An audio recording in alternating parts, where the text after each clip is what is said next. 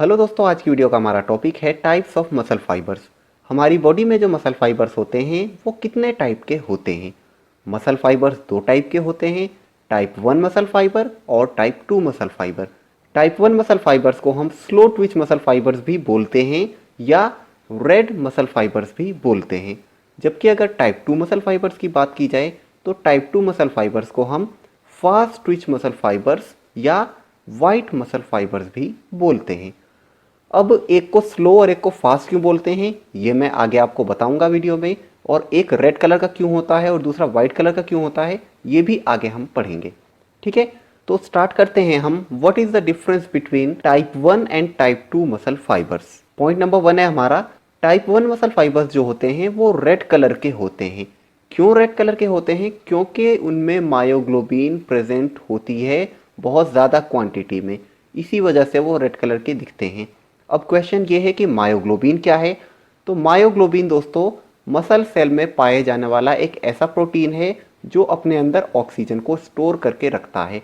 और क्योंकि myoglobin reddish colour का होता है, डार्क रेडिश कलर का, इसकी वजह से ही हमारे slow twitch fibres red colour के दिखते हैं। इसी वजह से हम इन्हें रेड मसल फाइबर्स भी बोलते हैं।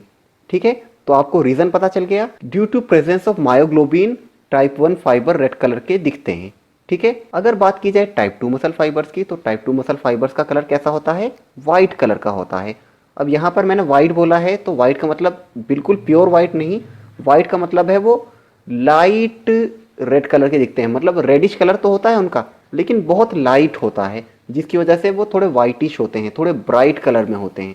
ठीक है, इस वजह से इन्हें हम वाइट मसल फाइबर्स बोलते हैं। अब टाइप 2 मसल फाइबर्स वाइट क्यों होते हैं?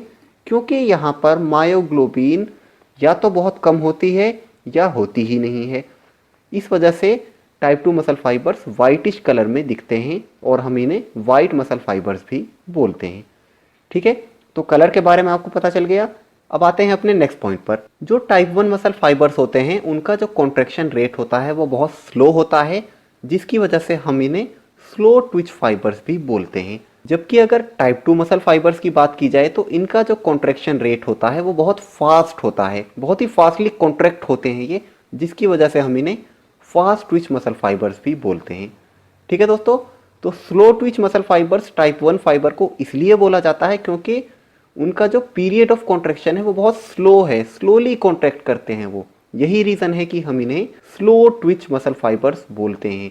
और फास्ट ट्विच को हम फास्ट ट्विच इसलिए बोलते हैं क्योंकि वो बहुत ही फास्टली कॉन्ट्रैक्ट हो सकते हैं, कैपेबिलिटी होती है उनके अंदर, उनका जो रेट ऑफ कॉन्ट्रैक्शन है वो बहुत फास्ट होता है। इसी वजह से हम इन्हें फास्ट ट्विच मसल फाइबर्स बोलते हैं। नेक्स्ट पॉइंट है, जो हमारे स्लो ट्विच मसल फाइबर्स होते हैं यानी जो हमारे रेड मसल फाइबर्स होते हैं वो अपनी जो एनर्जी लेते हैं वो एरोबिक सोर्सेज से लेते हैं और वो कॉन्ट्रैक्शन लॉन्गर ड्यूरेशन तक कर सकते हैं। वहीं अगर टाइप 2 मसल फाइबर्स की बात की जाए यानी कि वाइट मसल फाइबर्स की या फास्ट ट्विच मसल फाइबर्स की, तो वो कैसे होते हैं? वो जो अपनी एनर्जी लेते हैं वो अनएरोबिक सोर्सेज से लेते हैं और ये कॉन्ट्रैक्शन लॉन्गर ड्यूरेशन तक नहीं कर सकते हैं। तो दोस्तों यहाँ पर ध्यान दीजिएगा, दो पॉइंट्स इंपॉर्टेंट हैं। Slow Twitch muscle fibres aerobic sources से एनर्जी लेते हैं, fast Twitch muscle fibres anaerobic sources से एनर्जी लेते हैं। और एक पॉइंट और है यहाँ पर, स्लो ट्विच मसल फाइबर्स का जो कॉन्ट्रैक्शन है वो कंटिन्यूअसली लंबे समय तक कर सकते हैं। अब आपको लग रहा होगा मैंने ऊपर तो बताया था कि वो बहुत स्लोली कॉन्ट्रैक्ट करते हैं, तो ध्यान से समझिएगा, स्लोली तो कॉन्ट्रैक्ट करते हैं लेकिन लंबे समय तक स्लोली स्लोली वो कॉन्ट्रैक्ट कर सकते हैं। जबकि फास्ट ट्विच मसल फाइबर्स बहुत फास्टली कॉन्ट्रैक्ट कर सकते हैं लेकिन वो लंबे समय तक नहीं कर सकते हैं। थोड़े समय तक वो फास्टली करेंगे, उसके बाद वो नहीं कर पाएंगे, उनके अंदर वो कैपेबिलिटी ही नहीं है कि वो लंबे समय तक कर सकें। ठीक है दोस्तों, आगे बढ़ते हैं। नेक्स्ट पॉइंट है हमारा, जो स्लो ट्विच मसल फाइबर्स होते हैं उनके अंदर माइटोकॉन्ड्रिया ज़्यादा होते हैं, मतलब नंबर ऑफ माइटोकॉन्ड्रियाज ज़्यादा होते हैं। जबकि फास्ट ट्विच मसल फाइबर्स में नंबर ऑफ माइटोकॉन्ड्रियाज कम होते हैं, लेस होते हैं। ठीक है, माइटोकॉन्ड्रिया के बारे में आपको पता होगा, power house of the cell होता है। माइटोकॉन्ड्रिया से ही जो हमारी एनर्जी की करेंसी होती है जिसे हम एटीपी बोलते हैं वो जनरेट होती है। तो स्लो ट्विच मसल फाइबर्स में माइटोकॉन्ड्रिया ज़्यादा होते हैं, इसी वजह से स्लो ट्विच मसल फाइबर्स हमारे लॉन्ग ड्यूरेशन तक कॉन्ट्रैक्शन कर पाते हैं, जबकि फास्ट ट्विच मसल फाइबर्स में माइटोकॉन्ड्रिया कम होते हैं, जिसकी वजह से यहाँ पर एनर्जी भी जल्दी खत्म हो जाती है और ये लंबे समय तक कॉन्ट्रैक्शन नहीं कर पाते हैं। भले ही फास्टली करते हों लेकिन लंबे समय तक नहीं कर पाते हैं। ठीक है, नेक्स्ट पॉइंट है हमारा, स्लो ट्विच मसल फाइबर्स में सार्कोप्लाज्मिक रेटिकुलम कम होते हैं, जबकि फास्ट ट्विच मसल फाइबर्स में सार्कोप्लाज्मिक रेटिकुलम ज़्यादा होते हैं। ठीक है, तो उल्टा है, माइटोकॉन्ड्रिया ज़्यादा है स्लो ट्विच में और कम है फास्ट ट्विच में, जबकि सार्कोप्लाज्मिक रेटिकुलम स्लो ट्विच में कम है और फास्ट ट्विच में ज़्यादा है। अब क्वेश्चन ये है कि सार्कोप्लाज्मिक रेटिकुलम क्या होता है। तो दोस्तों मैं आपको थोड़ा सा बता देता हूँ। सार्कोप्लाज्मिक रेटिकुलम हमारे मसल की सेल के अंदर एक नेटवर्क लाइक स्ट्रक्चर होता है, जिसके अंदर होते हैं कैल्शियम आयंस, और कैल्शियम आयंस हेल्प करते हैं हमारी मसल के कॉन्ट्रैक्शन में। विदाउट कैल्शियम आयंस हमारी मसल्स कॉन्ट्रैक्ट नहीं हो सकती हैं। अब क्या होता है, क्योंकि स्लो ट्विच मसल फाइबर्स में सार्कोप्लाज्मिक रेटिकुलम कम होते हैं, तो इसका मतलब है वहाँ पर कैल्शियम आयंस भी कम होंगे, और कैल्शियम आयंस कम होंगे तो इसका जो रेट ऑफ कॉन्ट्रैक्शन है वो भी कम होगा। भले ही लंबे समय तक वो कर सके क्योंकि एनर्जी ज़्यादा है, लेकिन रेट ऑफ कॉन्ट्रैक्शन कम होगा, क्योंकि सार्कोप्लाज्मिक रेटिकुलम का जो मेन काम है वो कॉन्ट्रैक्शन में हेल्प करना है, क्योंकि उसके अंदर कैल्शियम आयंस प्रेजेंट होते हैं। वही जो टाइप 2 मसल फाइबर्स हैं, मतलब फास्ट ट्विच मसल फाइबर्स हैं, उनके अंदर क्योंकि सार्कोप्लाज्मिक रेटिकुलम ज़्यादा होते हैं और सार्कोप्लाज्मिक रेटिकुलम में कैल्शियम आयन ज़्यादा होने की वजह से वो फास्टली कॉन्ट्रैक्ट कर पाते हैं। ठीक है दोस्तों, तो ये पॉइंट आपको समझ आ गया है। अगर आपको थोड़ा सा कॉम्प्लिकेटेड लग रहा है तो आप सिर्फ इतना ध्यान रख लीजिए कि स्लो ट्विच में सार्कोप्लाज्मिक रेटिकुलम कम होते हैं और फास्ट ट्विच में सार्कोप्लाज्मिक रेटिकुलम ज़्यादा होते हैं। इतना भी अगर आप याद रख लेते हैं तो ये भी सफिशिएंट है आपके लिए। ठीक है, आगे बढ़ते हैं। नेक्स्ट पॉइंट है, जो हमारे रेड मसल फाइबर्स होते हैं उनमें कैपिलरीज ज़्यादा होती हैं, जबकि वाइट मसल फाइबर्स में कैपिलरीज कम होती हैं। कैपिलरी क्या होती है? कैपिलरी एक ब्लड वेसल होता है जो कि ब्लड को हमारे मसल फाइबर यानी मसल सेल के अंदर तक पहुंचाता है, और उसी की वजह से ऑक्सीजन भी हमारे मसल फाइबर तक पहुंच पाती है। तो क्योंकि रेड मसल फाइबर को ऑक्सीजन की ज़्यादा रिक्वायरमेंट होती है, क्योंकि वो अपनी एनर्जी ऑक्सीजन से ही लेता है, इस वजह से उसमें कैपिलरी ज़्यादा होती हैं। और वाइट मसल फाइबर अपनी एनर्जी डायरेक्ट ऑक्सीजन से नहीं लेता है, इस वजह से वहाँ कैपिलरीज भी कम होती हैं। नेक्स्ट पॉइंट है हमारा, slow twitch fibres are high resistant to fatigue.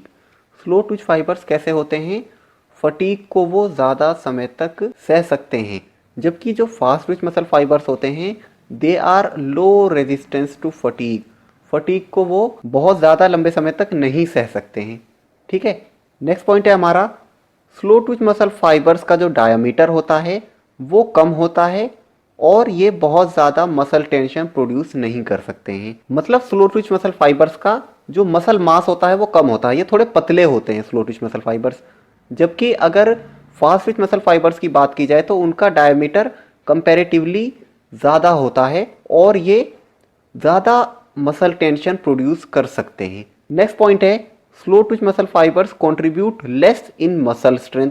Slow Twitch muscle fibres क्या करते हैं? मसल स्ट्रेंथ में भी कम कंट्रीब्यूट कर पाते हैं, जबकि fast Twitch muscle fibres muscle strength में ज़्यादा कंट्रीब्यूशन उनका होता है। अब कैसे होता है? क्योंकि जैसा कि मैंने ऊपर के पॉइंट में बताया, स्लो ट्विच मसल फाइबर्स का डायमीटर कम होता है और डायमीटर कम होने की वजह से क्या होगा, स्लो ट्विच मसल फाइबर्स का जो मसल मास है वो कम हो जाएगा, और मसल मास अगर कम होगा तो सीधी सी बात है भाई मसल स्ट्रेंथ भी कम हो जाएगी, क्योंकि मसल उतनी ज़्यादा फोर्स जनरेट नहीं कर पाएगी। जितना ज़्यादा मसल मास होगा उतनी ज़्यादा फोर्स आप जनरेट कर पाएंगे, जितना कम मसल मास होगा उतनी कम फोर्स जनरेट कर पाएंगे। क्योंकि स्लो ट्विच मसल फाइबर का मसल मास कम होता है, इस वजह से ये कम फोर्स जनरेट कर पाती हैं, इसी वजह से इनमें स्ट्रेंथ भी कम होती है। और फास्ट ट्विच मसल फाइबर्स का क्या होता है? इनका मसल मास ज़्यादा होता है, इसलिए ये स्ट्रेंथ भी इनके अंदर ज़्यादा होती है, ये ज़्यादा फोर्स जनरेट कर सकती हैं। ठीक है, यहाँ पर एक इंपॉर्टेंट पॉइंट और है नोट करने वाला, वो ये है कि स्लो ट्विच मसल फाइबर्स को वेट ट्रेनिंग से बहुत ज़्यादा इंक्रीज नहीं कर सकते हैं, जबकि फास्ट ट्विच मसल फाइबर्स को हम वेट ट्रेनिंग से इंक्रीज कर सकते हैं, बहुत ज़्यादा, बहुत फास्टली कर सकते हैं हम। ठीक है, तो ये भी एक इंपॉर्टेंट पॉइंट था। नेक्स्ट पॉइंट है हमारा, जो स्लो ट्विच मसल फाइबर्स होते हैं वो किस तरीके की फिजिकल एक्टिविटीज़ या स्पोर्ट्स के लिए बेटर होती हैं? एंड्योरेंस वाले जो स्पोर्ट्स होते हैं, एंड्योरेंस वाली जो भी एक्टिविटीज़ होती हैं, जैसे कि लॉन्ग डिस्टेंस रनिंग हो गया, 5000 मीटर रनिंग हो गया, 10,000 मीटर रनिंग हो गया, या मैराथन्स हो गए, जितने भी एंड्योरेंस वाले स्पोर्ट्स होते हैं उन सभी में slow Twitch muscle fibres helpful होते हैं।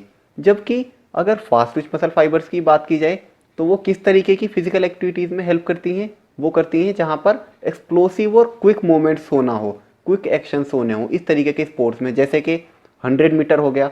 100 मीटर बहुत फास्ट होता है। थ्रोइंग इवेंट्स जितने भी हो गए, जैसे कि शॉर्ट पट हो गया, जेवलिन थ्रो हो गया, इन सब में भी रिक्वायरमेंट किनकी होती है? फास्ट ट्विच मसल फाइबर्स की होती है। जंपिंग इवेंट्स हो गए, जंपिंग में एक्सप्लोसिव स्ट्रेंथ की रिक्वायरमेंट होती है, तो वहाँ भी हमारे फास्ट ट्विच मसल फाइबर्स ही काम आते हैं, यानी कि वाइट मसल फाइबर्स ही काम आते हैं। ठीक है दोस्तों, तो ये बहुत सारे इंपॉर्टेंट पॉइंट्स थे जो कि मैंने आपको बताए स्लो ट्विच फाइबर्स के बारे में और फास्ट ट्विच मसल फाइबर्स के बारे में। दोस्तों आप एक बात और ध्यान रखिएगा, जो ह्यूमन बॉडी होती है उसमें ऐसा नहीं होता कि किसी की बॉडी में सिर्फ वाइट मसल फाइबर ही हैं या किसी की बॉडी में सिर्फ रेड मसल फाइबर्स ही हैं, ऐसा नहीं होता। हमारी बॉडी में दोनों टाइप के फाइबर्स प्रेजेंट होते हैं। किसी की बॉडी में वाइट मसल फाइबर ज़्यादा होते हैं, किसी की बॉडी में रेड मसल फाइबर ज़्यादा होते हैं। अब जिसकी बॉडी में रेड मसल फाइबर ज़्यादा हैं वो एरोबिक एक्टिविटीज़ बेटर परफॉर्म कर सकता है, एंड्योरेंस वाली एक्टिविटीज़ बेटर परफॉर्म कर सकता है। जिसकी बॉडी में वाइट मसल फाइबर ज़्यादा हैं वो किस टाइप की एक्टिविटीज़ परफॉर्म कर सकता है? जो फास्ट और क्विक एक्शंस वाली एक्टिविटीज़, जैसे कि 100 मीटर हो गया, एक्सप्लोसिव स्ट्रेंथ वाली जो एक्टिविटीज़ हैं वो बेटर परफॉर्म कर सकता है। ठीक है, तो इस कन्फ्यूजन को अपने दिमाग से निकाल दें कि एक ह्यूमन की बॉडी में सिर्फ एक ही टाइप का फाइबर होता है। नहीं, दोनों टाइप के फाइबर्स होते हैं। किसी की बॉडी में कोई सा ज़्यादा होता है, किसी की बॉडी में कोई सा ज़्यादा होता है। ठीक है, अब हमें ये कैसे पता चलता है कि हमारी बॉडी में कौन से टाइप का फाइबर ज़्यादा है और कौन से टाइप का फाइबर कम है? तो वो पता चलता है हमें, एक टेस्ट होता है जिसे बोलते हैं हम muscle biopsy test. Muscle biopsy test के थ्रू हमें पता चल सकता है कि हमारी बॉडी में कौन से टाइप के मसल फाइबर्स ज़्यादा हैं। ठीक है, तो ये कुछ इंपॉर्टेंट बातें थी जो कि आपको बतानी ज़रूरी थी, क्योंकि हम मसल फाइबर्स के बारे में स्टडी कर रहे हैं तो हमें ये पता होना चाहिए। इसके अलावा दोस्तों एक इंपॉर्टेंट बात और है नोट करने वाली, वो ये है कि मेनली जब हम मसल फाइबर्स के बारे में स्टडी करते हैं तो हम कहते हैं मसल फाइबर दो टाइप के होते हैं, टाइप 1 और टाइप 2। टाइप 1 को हम स्लो ट्विच मसल फाइबर्स बोलते हैं और रेड मसल फाइबर्स भी बोलते हैं। टाइप 2 को हम फास्ट ट्विच मसल फाइबर्स भी बोलते हैं और वाइट मसल फाइबर्स भी बोलते हैं। लेकिन दोस्तों अगर हम थोड़ा और डीपली स्टडी करेंगे और रिसर्चेस को पढ़ेंगे जो कि मसल फाइबर्स के ऊपर हुई हैं, तो हम देखेंगे कि टाइप 2 मसल फाइबर्स के अंदर भी कुछ क्लासिफिकेशन हैं। बहुत सारी बुक्स में आपको ये क्लासिफिकेशन मिल जाएंगे। टाइप 2 मसल फाइबर्स को फर्दर सब डिवाइड किया गया है दो पार्ट में, टाइप 2A मसल फाइबर और type 2B muscle fibre. Type 2B muscle fibre को टाइप 2X भी बोल देते हैं, कुछ बुक्स में आपको टाइप 2X भी लिखा हुआ मिलेगा। ठीक है दोस्तों, तो आपको ये पता होना चाहिए कि टाइप 2 मसल फाइबर के भी दो फर्दर सब डिवीजन है, टाइप 2A और टाइप 2B। अब टाइप 2B जो है वो pure fast Twitch muscle fibre होता है, जबकि टाइप 2A मसल फाइबर कैसा होता है? वो इन दोनों के बीच का होता है, मतलब फास्ट ट्विच और स्लो ट्विच के बीच की उसकी प्रॉपर्टीज होती हैं। उसमें एरोबिक कैपेसिटी भी होती है और अनएरोबिक कैपेसिटी भी होती है।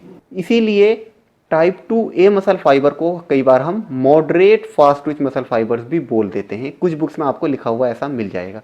ठीक है दोस्तों, तो अब टाइप 2A और टाइप 2B के बारे में बहुत ज़्यादा डिटेल में मैं नहीं जाऊँगा।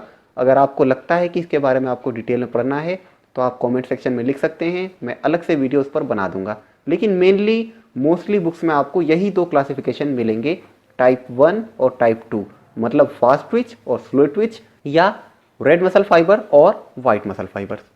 तो ये थी आज की वीडियो। आई होप आपको सारे पॉइंट्स क्लियर हो गए हैं। अगर कोई डाउट्स हो तो आप कमेंट्स में लिखकर पूछ सकते हैं। कैसी लगी दोस्तों आपको ये वीडियो, कमेंट्स में लिखकर ज़रूर बताएं।